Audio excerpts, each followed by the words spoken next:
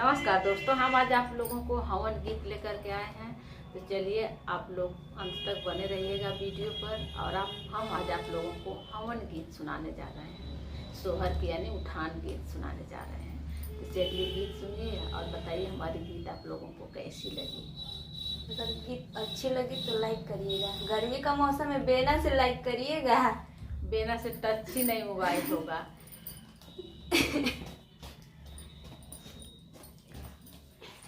धनी धनी बाग जमीनिया हो जाले हवनिया, धनी धनी बाग जमीनिया हो जाले हवनिया। हवन के धुनी सुनी विष्णु जी आए, हवन की धुनी सुनी विष्णु जी आए। संगवा में लक्ष्मी रनियावा हो जाले हवनिया, संगवा में लक्ष्मी रनियावा हो जाले हवनिया।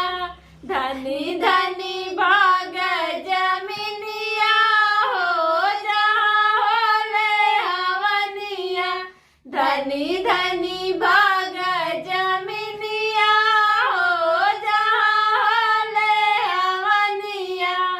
हवन की धुनी सुनी शंकर जी आए, हवन की धुनी सुनी शंकर जी आए।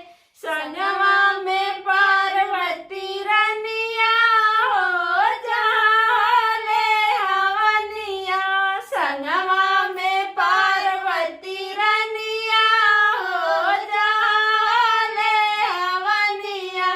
धनी धनी भाग जमीनिया हो जाले हवनिया, धनी धनी भाग जमीनिया हो जाले हवनिया।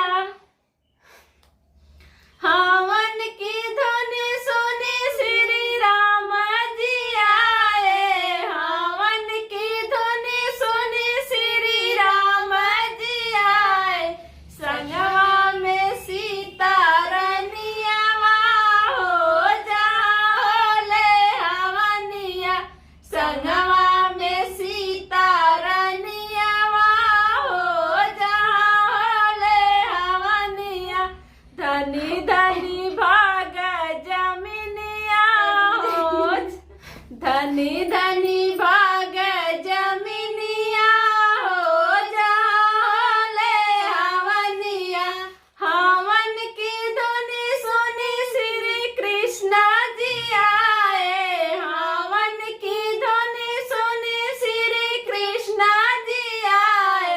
संगवा में राधा रनियावा हो जाले हवनिया, संगवा में राधा रनियावा हो जाले हवनिया। धनी धनी